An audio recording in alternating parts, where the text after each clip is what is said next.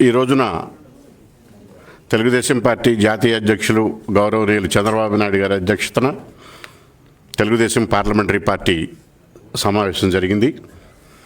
ఈ సమావేశంలో ప్రధానంగా రేపు 19 నుంచి ఆగస్టు 13 వరకు జరగబోయే పార్లమెంట్ సమావేశాల్లో మేము తీసుకోవాల్సినటువంటి చర్చించవలసినటువంటి అంశాలు, లేవనెత్తవలసినటువంటి సమస్యలు, వాటిపైన సుదీర్ఘంగా మేము చర్చించడం జరిగింది. ఇందులో ప్రధానంగా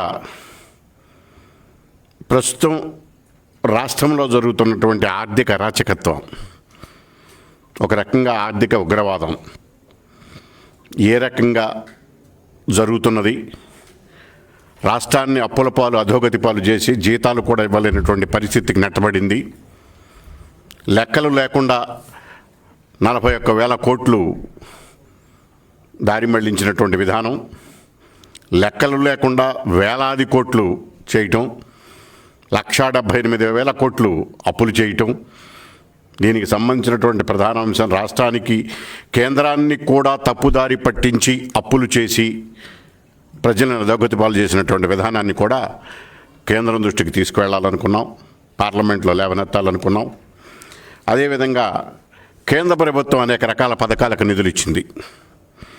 ఆ నిధులన్నీ రాష్ట్ర ప్రభుత్వ నిధులుగా భావించి ఆ వెళ్ళవలసినటువంటి అకౌంట్స్కు వెళ్లకుండా వాటిని దారి మళ్లించి కేంద్ర ప్రభుత్వం లెక్కలు లేకుండా దుర్వినియోగం చేసినటువంటి సందర్భం, కాగు కూడా దాన్ని తప్పుపట్టినటువంటి వైనం, వాటి మీద కూడా మేము పార్లమెంట్లో లేవనెత్తాలని అనుకున్నాం.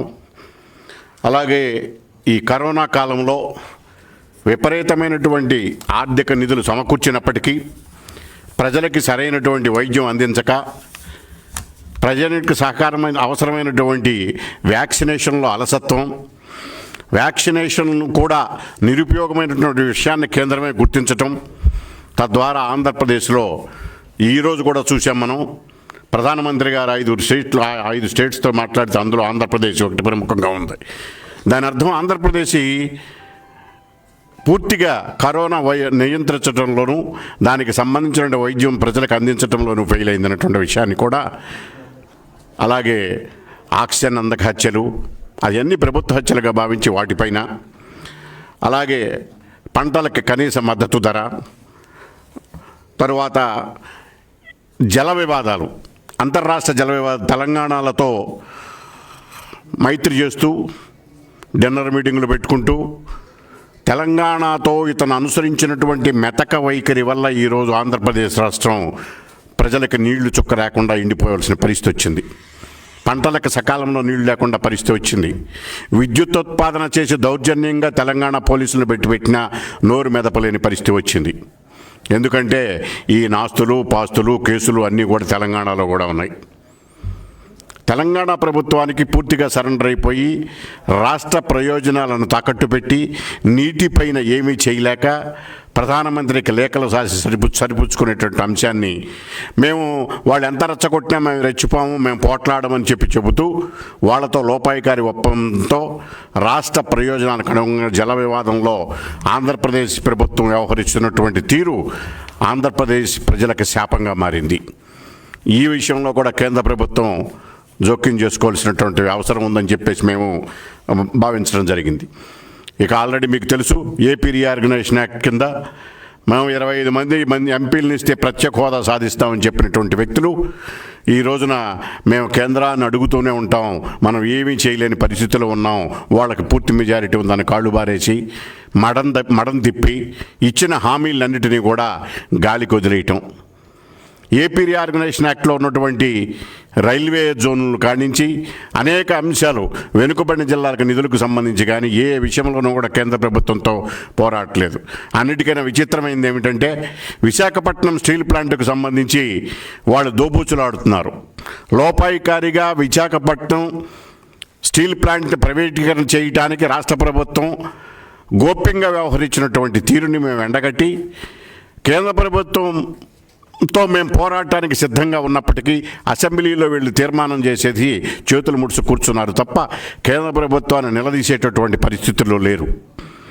అలాగే రాష్ట్రంలో శాంతి భద్రతలు ప్రతిపక్ష పార్టీలపైనటువంటి విక్టిమైజ్ ధోరణితో కేసులు పెట్టి వీళ్ళందరి మీద దౌర్జన్యాలు చేయటం, శాంతి భద్రత వైఫల్యం, వీటన్నిటి మీద కూడా మేము పార్లమెంట్లో లేవనెత్తదలుచుకున్నాం.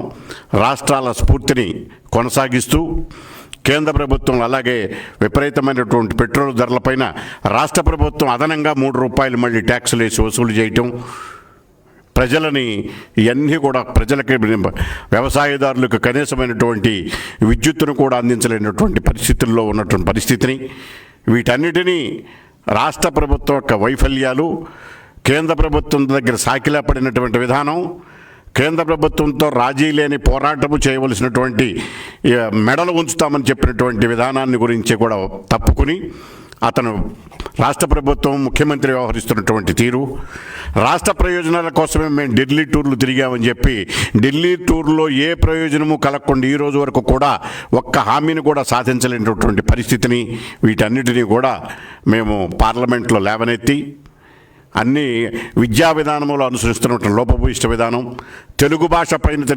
జరుగుతున్నటువంటి అవమానం, వాటి వ్యవహరిస్తున్నటువంటి కక్షపూర్తి ధోరణి, వీటన్నిటినీ కూడా మేము పార్లమెంట్లో ఈ తెలుగుదేశం పార్టీ తరఫున లేవనెత్తి అవసరమైతే మిగతా పార్టీల సహకారంతో శాంతి భద్రతలు మిస్యూజ్ చేసి ప్రతిపక్ష పార్టీలను గొంతు నొక్కటానికి 124A సెక్షన్ ఇట్లాంటిది కూడా ప్రయోగించటం, వీటిపైన కూడా మేము అలాగే 66A కింద సోషల్ మీడియాలో ఎవరైతే అభిప్రాయాలను వ్యక్తం చేస్తున్నారో ప్రభుత్వం మీద వాళ్ళపైనటువంటి దొంగ కేసులు పెట్టడం, సుప్రీంకోర్టు చెప్పినప్పటికీ కోర్టులు తీర్పులు ఇచ్చినప్పటికీ న్యాయ వ్యవస్థలపైన కూడా దాడులు చేయటం, ఇట్లాంటి అంశాలన్నింటినీ కూడా మేము పార్లమెంట్లో లేవనెత్తి సరైనటువంటి రీతిలో ప్రజల దృష్టికి తీసుకువెళ్ళాలని, ఈ సమస్యకు పరిష్కారం కోసం మేము పోరాడాలని చెప్పి నిర్ణయించుకున్నాం. Thank you.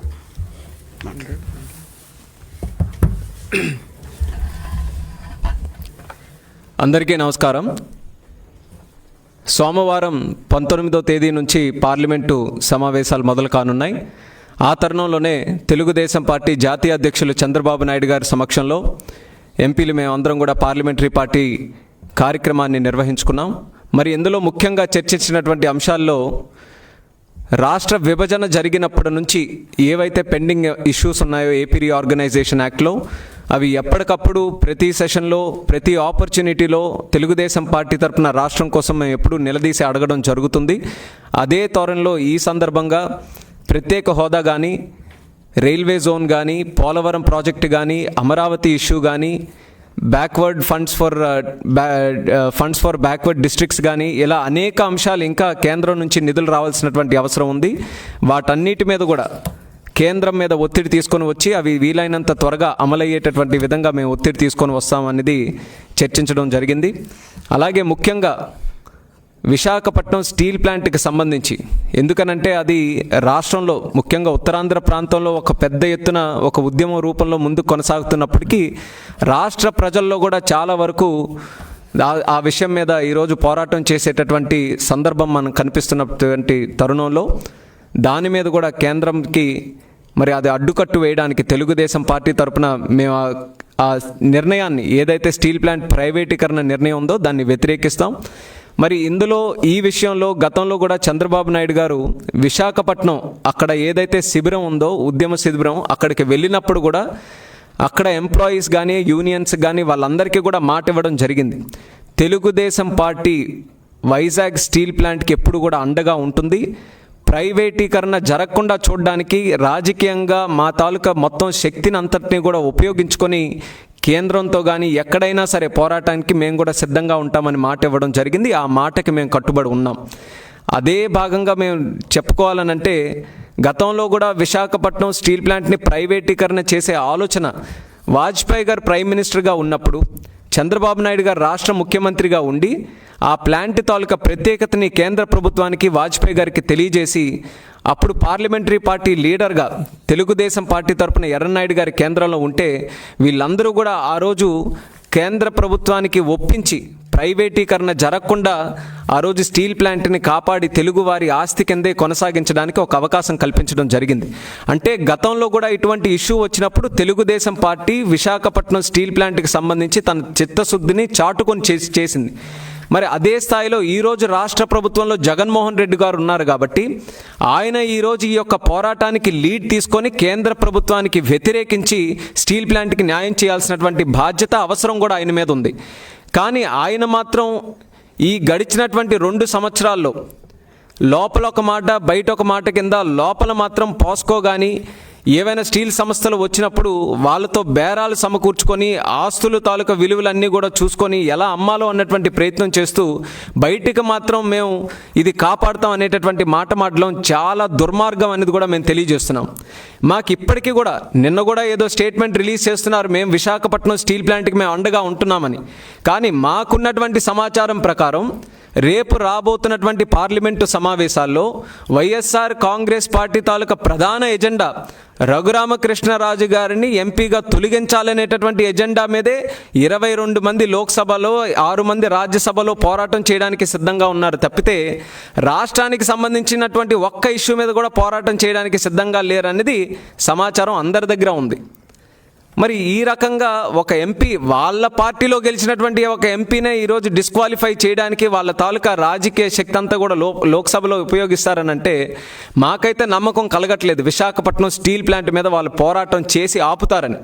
కాబట్టి మరొక్కసారి మేము నిర్దిష్టంగా తెలియజేస్తున్నాం, జగన్మోహన్ రెడ్డి గారు ఈ పోరాటానికి లీడ్ తీసుకోవాలి. ఆయన ఈరోజు సీఎంగా ఉన్నారు కాబట్టి రాష్ట్రంలో ఒక ప్రధానమైనటువంటి పిఎస్యుని కాపాడాల్సినటువంటి బాధ్యత ఆయన మీద ఉంది.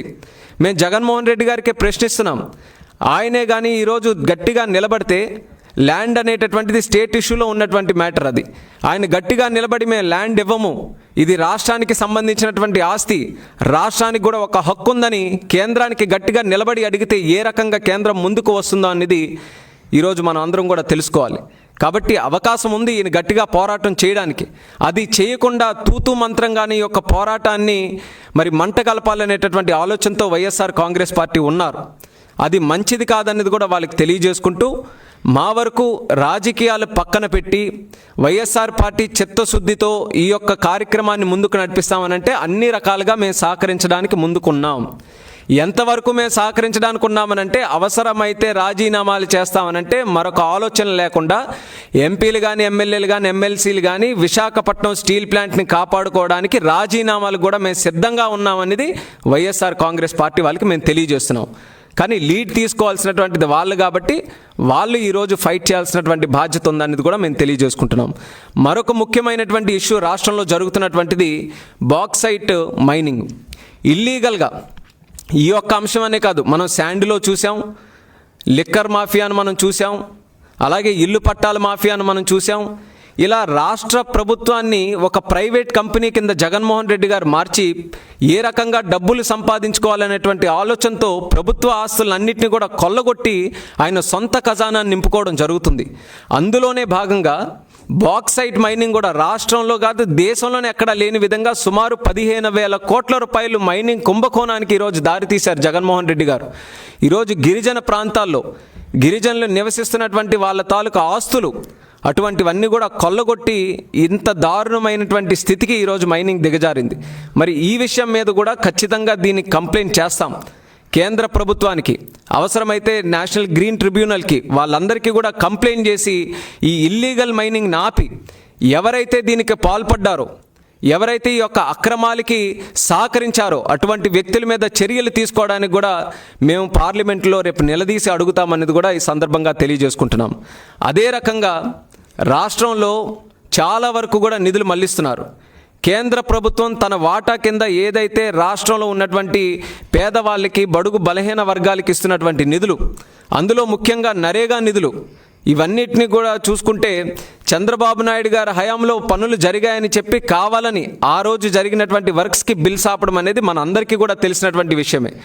ఎంతవరకు ఈరోజు ఆ ఇష్యూ కొనసాగిందనంటే హైకోర్ట్స్ కూడా వీలైనంత వరకు అంటే ఈ నెల లోపలే నరేగా తాలూకా బిల్లులు కూడా చెల్లించాలని కోర్టు మళ్ళీ చెప్పేటటువంటి విధంగా ఈరోజు మనం పరిస్థితులు ఉన్నప్పటికీ ఆ బిల్లులు మాత్రం ఇవ్వట్లేదు.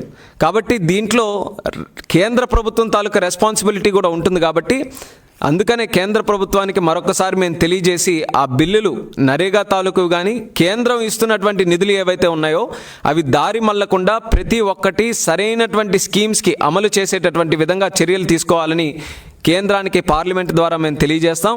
అలాగే రాష్ట్రానికి సంబంధించినటువంటి ఏ విషయం అయినా, అలాగే మన జల వివాదం కూడా మన కనకమేడల రవీంద్ర గారు చెప్పడం జరిగింది. తెలుగుదేశం పార్టీ పూర్తి క్లారిటీతో మేము చెప్తున్నటువంటి మాట, రాష్ట్రం తాలూకా హక్కులు రైతులు కానీ లేకపోతే ఇరిగేషన్కి సంబంధించి కానీ రైతులు మన రాష్ట్రానికి సంబంధించినటువంటి ఎటువంటి హక్కుల్లో కూడా రాజీ లేకుండా పోరాటం చేయడానికి తెలుగుదేశం పార్టీ మేము అందరం కూడా సిద్ధంగా ఉన్నాం. ఆ రోజు నదులు అనుసంధానం కార్యక్రమంలో కానీ రాయలసీమ లాంటి ఎడారిగా మారుతున్నటువంటి ప్రాంతాన్ని కూడా సుభిక్షంగా పంటలు పండించుకోవడానికి చంద్రబాబు నాయుడు గారు చేస్తున్నటువంటి కృషి వాటన్నిటికీ కూడా ఒక ఉదాహరణ. అటువంటిది ఈరోజు కేవలం వాళ్ళ సొంత రాజకీయ లబ్ధి కోసం ఇటు జగన్మోహన్ రెడ్డి గారు కానీ అక్కడ తెలంగాణ ముఖ్యమంత్రి కేసీఆర్ గారు కానీ ఈ యొక్క ఇష్యూని దారి మలిచి వాళ్ళు వినియోగించుకోవడం జరుగుతుంది రాజకీయంగా తప్పితే. ఎందుకనంటే వాళ్ళకి అవసరం వచ్చినప్పుడు పెద్ద పెద్ద ఆఫీసర్లు, ఐఏఎస్లు, ఐపీఎస్లు అక్కడి నుంచి ఇక్కడికి డెప్యుటేషన్ వేసుకున్నప్పుడు మాత్రం ఎక్కడ ఎటువంటి వైరుధ్యం లేకుండా ఇద్దరు కూడా చక్కగా మాట్లాడుకొని రాత్రికి రాత్రి అన్ని కార్యక్రమాలు కూడా చేస్తున్నారు. అటువంటిది ఇంత పెద్ద సీరియస్ ఇష్యూ కోర్టుల చుట్టూ కేంద్ర ప్రభుత్వం చుట్టూ తిరుగుతున్నటువంటి ఇంత పెద్ద జల వివాదం తాలూకా ఇష్యూ ఎందుకు కూర్చొని సెటిల్ చేసుకోలేకపోతున్నారు? అంటే కావాలని ఇది రాజకీయం చేయాలని, ఈ ఇష్యూని ఎలాగే కొనసాగించాలని, డైవర్ట్ చేయాలని, రాష్ట్ర ప్రజల్ని తప్పుదోవ పట్టించాలని ఇద్దరు ముఖ్యమంత్రులు కూడగట్టి, మరి అందులోనూ మన ముఖ్యమంత్రి గారి విషయం చెప్పుకోవాలనంటే ఈయన తాలూకా ఆస్తులన్నీ కూడా అక్రమ ఆస్తులు అన్నీ కూడా హైదరాబాద్లో ఉన్నాయి. దానికి సంబంధించినటువంటి కేసులు అక్కడ ప్రభుత్వంతో చుట్టుముడి ఉన్నాయి. మరి అటువంటి విషయంలో ఆయన లాలూచి పడి ఇందులో కూడా గట్టిగా అడగలేకపోవడం వల్ల మనకి చాలా వరకు మన రాష్ట్రానికి ఏవైతే హక్కులు ఉన్నాయో అందులో మనం అందరం కూడా నష్టపోవడం జరుగుతుంది. ఈ విషయంలో కూడా కేంద్రంతో మరి నిన్ననే గజెట్ కూడా ఒకటి రిలీజ్ చేయడం జరిగింది ట్రిబ్యునల్ వారు. అది కూడా చాలా సుదీర్ఘంగా స్టడీ చేసి ఎక్కడైనా సరే రాష్ట్రానికి సంబంధించినటువంటి హక్కుల్లో ఎక్కడైనా సరే భంగం కలుగుతుందని అంటే మాత్రం తెలుగుదేశం పార్టీ తరఫున మేము గట్టిగా పోరాటం చేస్తాం. రైతుల పక్షాన, మన రాష్ట్రం పక్షాన మేము నిలబడి పోరాటం చేస్తామనేది కూడా తెలియజేసుకుంటున్నాం.